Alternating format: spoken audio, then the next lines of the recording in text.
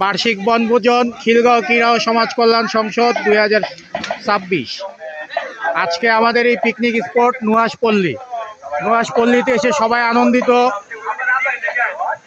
পোলাপাইনারা সব এখানে সুইমিং পুলে গোসল করতেছে, তারা গোসল করলে বেশ আনন্দিত। আজকের আবহাওয়াটা চমৎকার গোসল করার জন্য, এবং বাচ্চাদের পাশাপাশি বাচ্চাদের গোসল দেখে বড়রাও খুশি। বাচ্চাদের গোসল দেখে। এই যে একটা দৈত্যর মুখ দিয়ে পানি বার হইতেছে।